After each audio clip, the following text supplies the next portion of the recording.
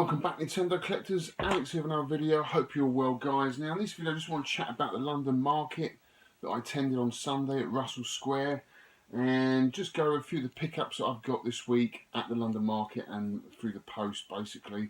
But before I get on to that, I just want to tell you that I sold my N64 collection to Ali Retro Hunter. So I took all of that up there, the console and all of my 16 games. They're all boxed, nothing really special. I guess the best games I had in there was Zelda, Ocarina of Time, Majora's Mask and Smash Brothers boxed. So I got a good price for it all, got just under 300 quid for the lot. I was well happy with that, so I had a bit of cash to walk around at the market on Sunday, which is quite dangerous really, because you end up spending it all. But I did enjoy it, and I've no regrets about selling the N64 collection at all. I don't know. I mean, it's a console I never had when it came out. I was literally into the PS1 at that time, and I was doing a lot of travelling. So I only played Majora's Mask and Pilot Wings and those sort of games a bit later on. You know, when the GameCube came out, I think I managed to play a version of that Pilot Wings off one of my mate's consoles, I think. So I've got no nostalgia with the console. And do you know what? It's just my SNES and my NES collection is getting bigger and bigger, and it's just about space, guys. I just don't have space, and and money as well. I mean, a lot of the games that I want now are going to cost a lot of money, so I need to fund that. Can't constantly keep forking out my own money. I can't just wheel and deal in games a little bit to fund the games that I want. So a lot of those N64 games actually got a charity shop. So it wasn't too fast. I have no regrets about it at all. Don't miss it at all. In fact, the Zelda games that I do like on it, I can play on the 3DS and they're better versions. So, it's not all lost, and I can play them on the Virtual Console as well. Now, if you're going to go for, I think, now games are getting so much money, they're costing so much, you really have to keep refining your collection to the stuff you really want to collect, and that's what I'm doing. I'm just lucky that I've got all the arcade games I want. It's just really getting back on my SNES and my NES, and of course I want to support Nintendo going forward as well. So, carry on buying Wii U games, limited editions, and new consoles that they bring out. So I've got enough retro here with my arcades, my SNES, and my NES.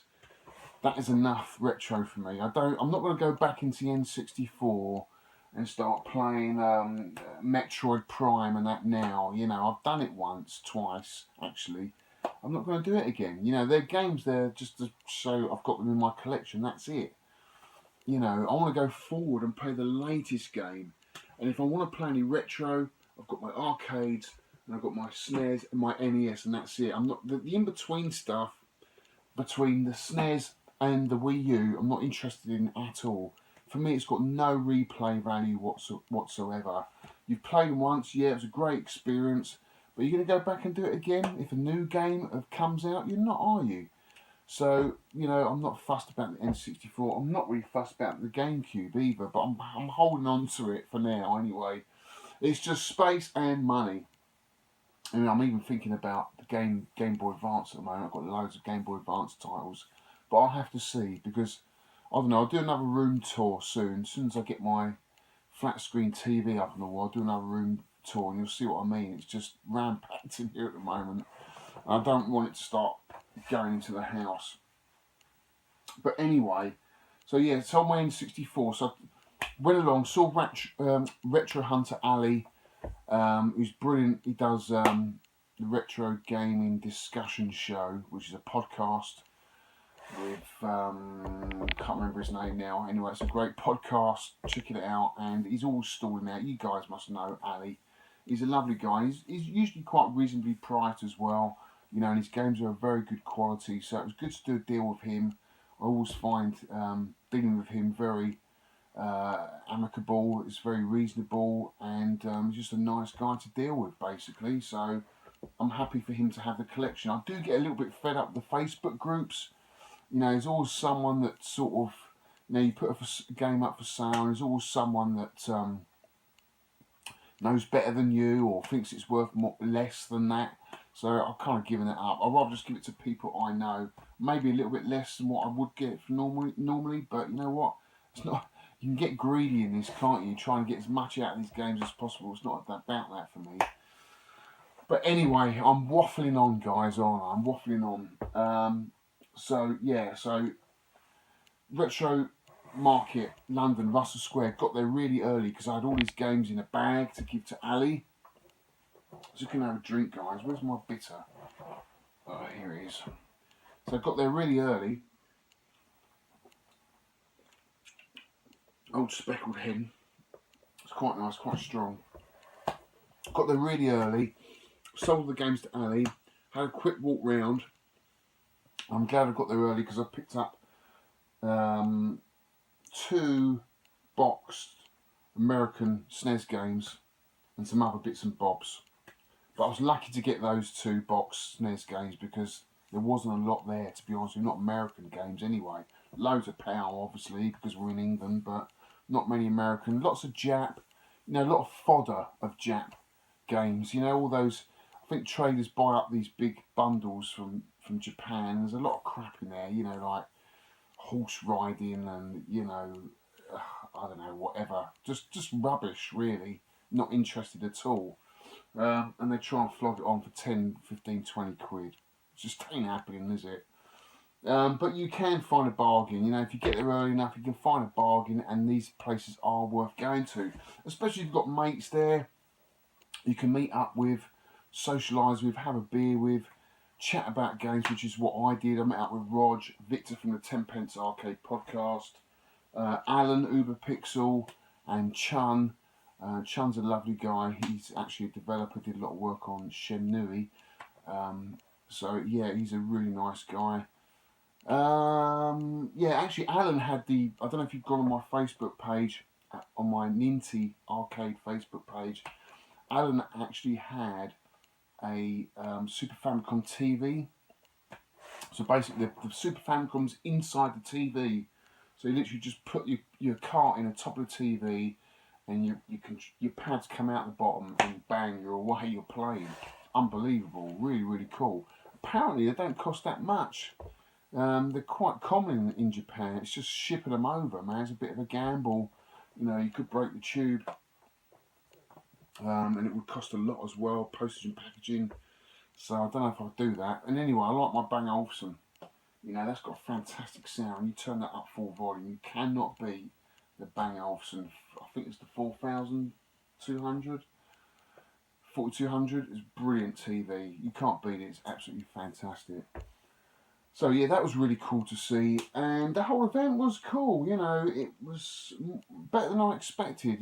Prices were what you'd expect at these events, just below eBay prices, and if you got there early enough, you would find real good bargains. One store in particular had a load of MVS carts and AES Neo Geo carts, and they were selling stuff really cheap, and I was lucky to get a few bits and bobs off them. There's also another guy, I can't remember his name now, but he had loads of Japanese posters, from the arcade back in the day, which were really cool.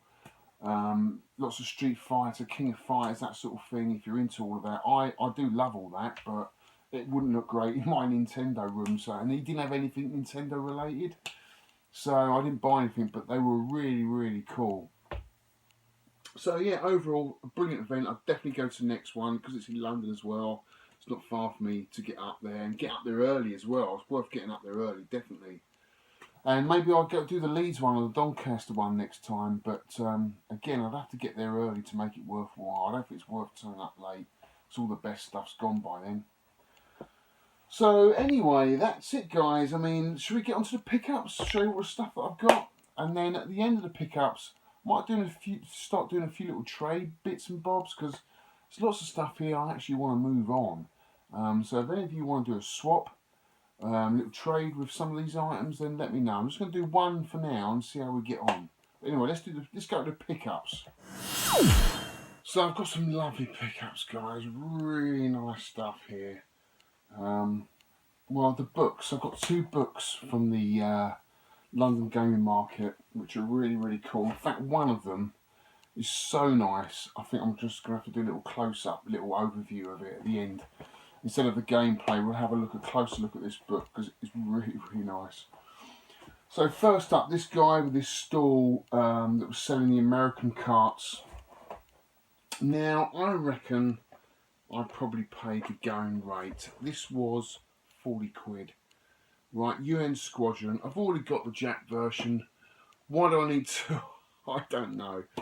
I couldn't leave it, man. 40 quid. It's UN Squadron. You know, the artwork on the box is crap compared to the Japanese. This was actually an anime series in Japan, Area 88.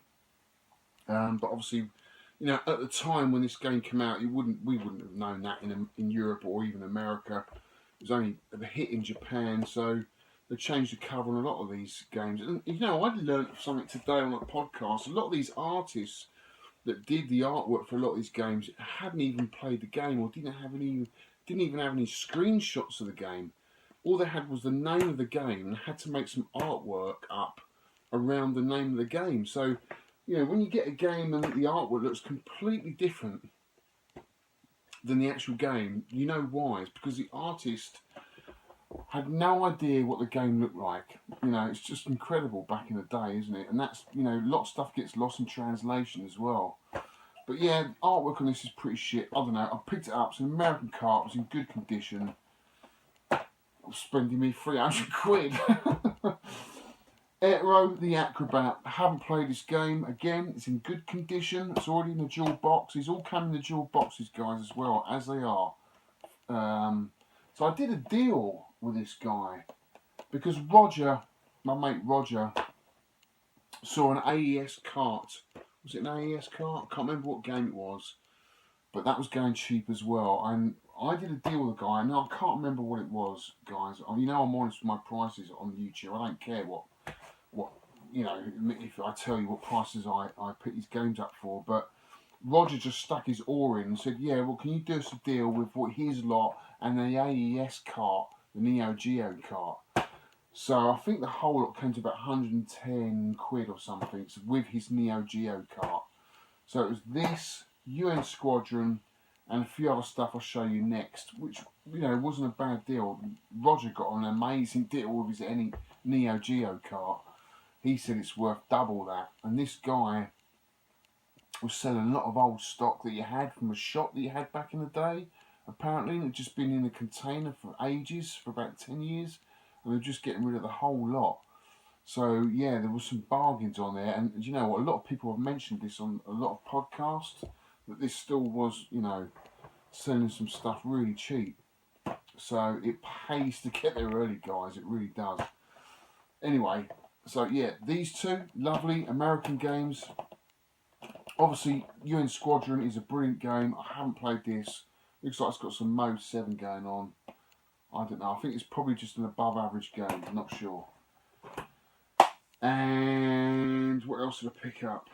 I picked up Super Star Force. I paid 20 quid for this. It's quite a lot. I think I could probably got it a lot cheaper on eBay. But, you know, I looked at the condition of it. It's in pretty good condition. I've already got Star Force, so I don't know what the difference is between this version and Star Force. But Star Force is a fantastic. If you haven't played it, guys, it's a great little shooter on the Famicom. Really nice game, and look at the artwork on that. Really, really nice. I do love the Famicom games. They're so cool, aren't they? You know, I was playing this earlier.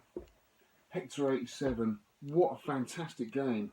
You know, I mentioned it last week in my pickups. Fantastic game, but the only trouble I'm having with it is you constantly having to press the fire button, and it does, well, within 5 minutes your thumbs are aching. So I need to get either an AV Famicom or a joystick with auto fire button, because I tell you what, your thumbs are knackered after about 5 minutes, I tell you. But what a fantastic game. It really, really is cool. I'll have to do a gameplay of it eventually. Anyway, here's something that's fucked up. This is the trouble when you've got too many games, right? You know that you've got a problem. Samurai Spirits. paid 20 quid for this at the event of Console Passion. Overpriced, I think, but I paid for it. Why? I don't know. I needed it. I wanted it for the collection. So when I get home, right, sitting there on the couch, checking my eBay stuff that I've got bids on, and guess what? I've got a bid on this as well. So not only have I got that at Retro Gaming Market London, I've just won this as I got home. As I sit down on the couch, you've won Samurai Spirits for 10 quid. So for fuck's sakes, you know, I've got too many games. I've got to write a list down, haven't I, of all the games I've got. How many of you guys, have you got lists? Do you recommend any lists, any checklists that I could use for all these Super Famicom games? Let us know, guys. So yeah, I've got 2 copies of this. So anyone wants one for 10 quid? Let us know. 10 quid, Samurai Spirits. It's yours. Plus P&P. Okay? I'm not going to lose money on it. Here's something else that made me a little bit happy yesterday. After that double, check this out. Now, how many of you get this? You ain't going to believe this, guys. So I win this in the... Sorry, we're drifting off the London market here. These are actually eBay pickups. I'll get back to London market in a minute. But as we're on those 2 games, I had to mention this. I won this. 8 quid on eBay from Japan. Free postage. It's not a bad game, actually. It's got English text as well. So you can work your way around the menu. It's a really cool game. Super Dogfight. That was from Hit Japan. And guess what? A day later, another one turns up from Hit Japan. They double ordered my game. So I've got not only got 2 Super Dogfights, I've got 2 Super Samurai Spirits all in the space of a week. What's the chances of that? Couldn't believe it, guys. I couldn't believe it. So, if any of you want one of these games, so 8 quid plus P&P, it's yours, right? 10 quid plus P&P, it's yours. Let me know, let me know. Right, let's get back to Retro Gaming Market. Sorry I drifted off there, but it was only because we had the 2 Samurai Spirits. I thought I'd just show you the 2 dogfights as well. Unbelievable, could not believe that. So, next up, this is what's good about the market, is you get guys there that are just not, you know, traders. They're just people stalling out. They've gone through their loft, thought, I've got to clear this shit out, want to sell it, and they've turned up. And this is where these events are really good. So this guy had some Spectrum games, just about everything from every console, every computer, just bits of everything. Not loads, the odd game, like 2 Commodore 64 games, 10 Spectrum games, and you know, a load of handheld tabletops. Now I had this back in the day, and that's the only reason why I bought this. It's not a great game to play now. It's just a basic Space Invaders, but I had it back in the day. And he wanted 5 quid for it. It's lost the name at the top, unfortunately, but it plays well, and you know, it brought back lots of memories for me playing this on the way back on the train from the event. Yeah, fantastic. There was a car one as well. You moved the cars up through the lanes. I loved this game, absolutely loved it. So happy to have this back in the collection. In fact, I'm going to try and hunt down the car one. I'll tell you what else I saw there as well. Pocketeers. Do you remember Pocketeers? He had loads of these Pocketeers in boxes. Unbelievable. I just could not believe it. I haven't seen these since I was a kid. It's like, oh my God, I had that as a child. You know, I had the fishing one that you wind it up and the fish go around the pond, the little fisherman with the rod. And then you had the cars that go around. You just put your finger in, you wind them around, the little cars go around. They're only about this big. They're called Pocketeers. Quite highly collectible now. They don't go for loads, but really nice collectible things, I guess, because we all had them back in the day. So he had some nice items, this guy. And also I picked up this. It's a game I've never played, and I've always wanted to play this. This is towards the end of the Spectrum's life. 85 this came out. So I left school in 87. I don't know how I missed this, actually. But it's got some cool box art. I love this early 80s fantasy art. It's right up my street. You know, when I was a kid, at school I was playing Dungeons and Dragons and Traveller and Rune Quest I loved all this, you know, loved Ian Livingstone's books, and who's the other one? You know, Forest of Doom and all that. I just loved, and yeah, this would have been right my street. I totally passed me by. I don't know how. So he only wanted a couple of quid for this. So yeah, definitely just for the artwork. You know, it's so cool. So it's Beyond Shadowfire. It's really, really cool. I think it's a really good game as well. So I'm looking forward to playing that. Oh yeah, next up, part of that other deal with the American games was this. For £5, I got Outlander, which is an absolute shit game. It's a fucking shit game. It really is shit. It's got some good music though. Really, really good music. In fact, let's put it on. Unfortunately, music is rubbish. Come on. What's coming on? What's that? Oh, fuck it, I don't know. Anyway, can't get it working. Racing Driver and Mortal Kombat, both loose. So those three for £5, which was absolutely brilliant. You know, I don't care if they're rubbish games for £5, that's brilliant. And well, we're gonna have to go on to the books now. Let's just have a beer, drinking my beer.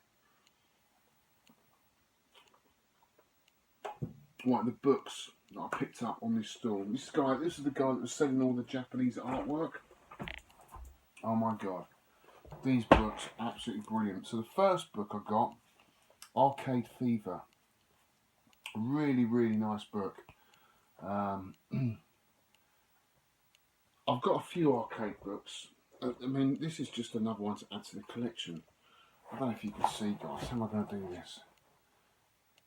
It's got all the classics in there. Nothing totally unusual. I mean, there's no Sheriff in there. There's no iRobot in there. I think there might be a Major Havoc in there. But, you know, it's just got your basic classics. Some nice pictures. Nice bit of actual cabinet art, cabinet photographs, which is always good. So yeah, overall, I think I paid £10 for this book, and I'm really pleased with it. You know, it's got Star Wars there, look. And that's an actual photograph of the cabinet. Dragon's Lair, Tron. So yeah, nice. If you're into arcade games, you know I am, guys. Really, really nice book for £10. But the next book, I'm going to have to show you a bit close up of this. This was an absolute bargain as well. This cost me £50, and I haven't seen one go for less than 70 quid on eBay. They are really sought after books. And the reason why is because they're Japanese books, so they actually got all the Japanese writing in there, but it's been translated to English, so you can read it in English as well. And it's got photographs, so it is listed 1983 to 1984, the Family Computer book, and I think it's got all 1,200 odd games in there. How many is there on Famicom? It does say. I think it's 1,284, something like that. Maybe more, I don't know. But yeah, here it is, guys. This is the book I paid 50 quid for. It is absolutely amazing. So what I'm going to do, I'm going to lay this down on the bench here, and I'll try and do a close-up. I'm going to try and just flick through.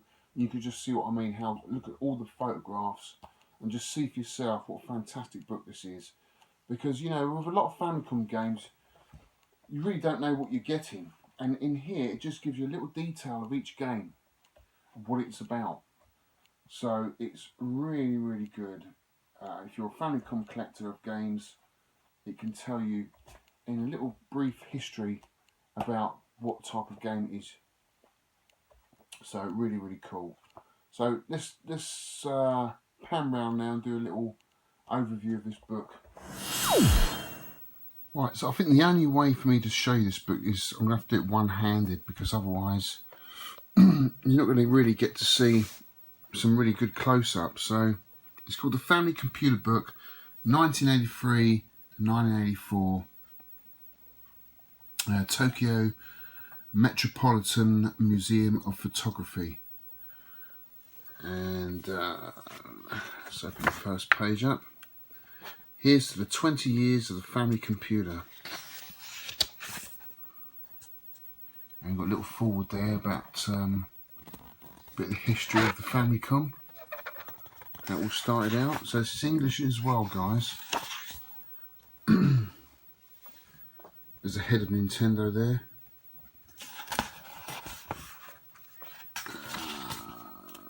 I haven't had a chance to read this yet, but we start off with some of the early Famicom games. Mario Brothers, Super Mario Brothers, Donkey Kong.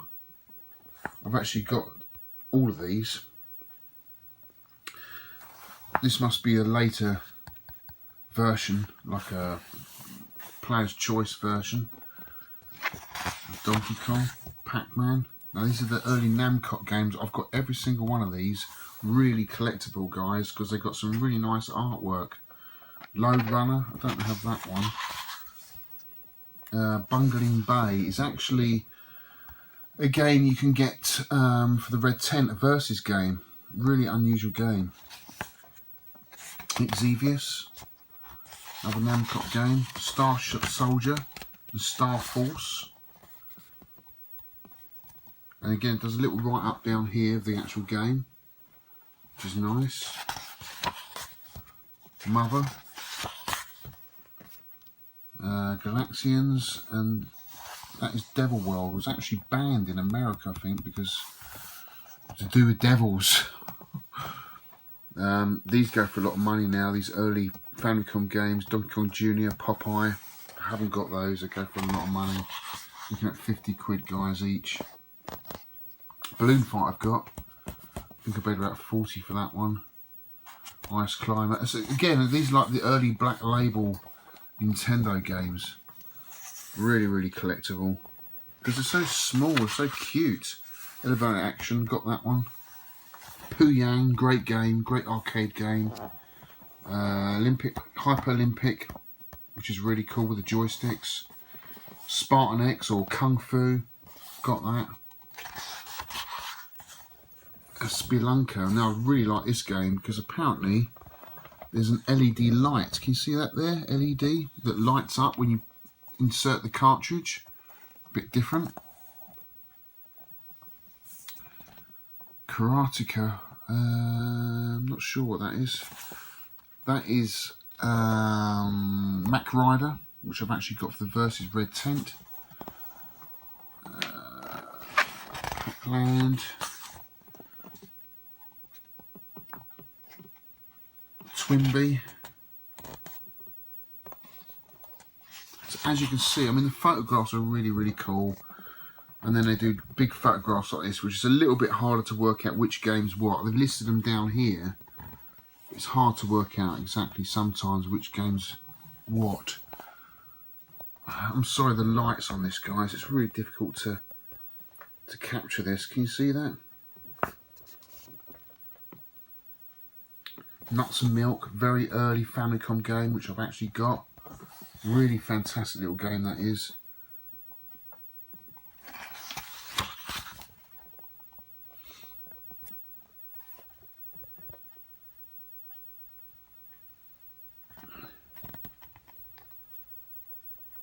I think I've got that Pro Wrestling. Good little game. I'm just going to quickly go through some of these pages now. Pirate Hijamaru, that's a fantastic little game, that is.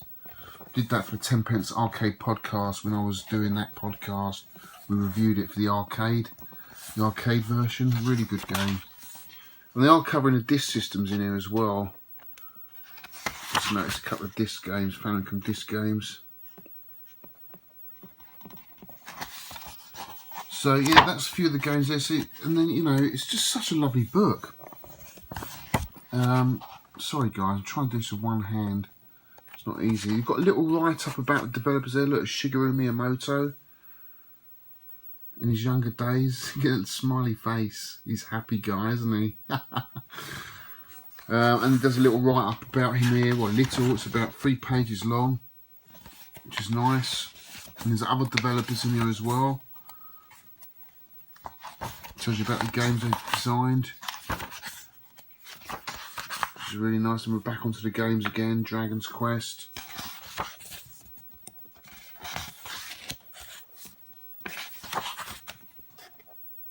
Famicom Basic keyboard.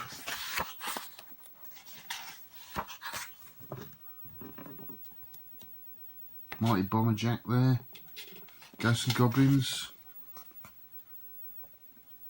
See, the quality of the photographs are absolutely fantastic. And it does a little write-up there of each game. Such a lovely book, guys. Arkanoid, I've seen this go on eBay a few times. I really wanted this. It actually comes with the actual spinner. Can you see that? It's got a little spinner inside the box.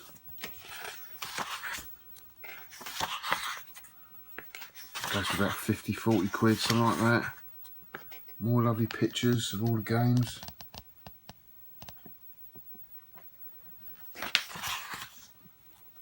So yeah, I mean, I'd love a Super Nintendo book like this as well. Would be good, wouldn't it, guys? But this is just unbelievable. I didn't even know this sort of book existed. So yeah, more developers at the back, some more screenshots of the actual games. Oh, try and do this with one hand, guys. There's pinball there. Oh, there's the old disc. So I think this handled with a disc writer. So you took your disc along, and you could basically download. You put the coin in, and you download the game onto your disc. You took it home, you played the game. Really cool concept, really cool idea. I'd love to own one of these disc systems. Wouldn't it be cool? Very 70s, well, very 80s, I guess. Very, very cool. Unusual concept. So yeah, that's it, guys. It is the Famicom computer book. What a fantastic book. That was my best buy at the weekend. Paid 50 quid for that. Well, I hope you enjoyed that, guys. Now, before we go, I just thought I'd just mention a couple of things. As I said, I want to do a couple of trays of anyone. Now, I've got this DS here. It's a Pokemon Special Edition DS. Obviously, it's quite old now. It's a DSi. It's got a rip at that end on the box, but it's all complete. And it comes with a game as well. I think it's... I've got a Pokemon... Is it Pokemon Black? Yeah, it's Pokemon Black. So it comes with a game as well. And it comes with a charger. And the box is all there, all nice and neat. And the actual DS has got Pokemon on the face of it. You can see that, guys. So if you're a Pokemon fan, or even you just haven't got a DSi, it's a lovely, lovely piece of kit. And it's in mint condition, guys. It's never been used. It's just that box is a little bit ripped. It's absolutely in fantastic condition. I've hardly used this at all. And I value this at about £40 plus P&P. It's valued the actual item at £40. So if you've got an item you want to swap, like Super Nintendo or NES, any region NES or Famicom, let me know, and maybe we can do a swap, guys. If you want this lovely Pokemon DS, fantastic bit of kit. If you've got nothing to swap, I mean, you could do PayPal as well if you want to, but I'd rather do a swap. And next up, I just want to mention Novabug is doing YouTuber of the Month, and I just want you guys to go and vote for my good friend Cybersnake7J, who's got a fantastic YouTube channel, great content, usually a lot of Super Nintendo, lovely Super Nintendo games, and he's just a lovely guy, and he puts a lot of effort into his channel. So just go over there and do a vote for Cybersnake, because he's a great guy and really thoroughly deserves YouTuber of the Month. He really does. And that's over at Novabug. So just put a little comment in Novabug's latest video. I'll try and put a link in my video here. So yeah, that's it, guys. So yeah, so today's Friday. Tomorrow is my birthday. I'm 45 tomorrow, if you can believe it. And Sunday I'm going to see this special guest, special friend of mine, who's invited me into his home, and we're going to do a lovely on the road walk round of his arcade and a little chit chat and hang out. So I really can't wait for that Sunday. It's going to be really cool, and so that will go out next week, hopefully. So I hope you enjoyed it this week, guys. See you on the next one.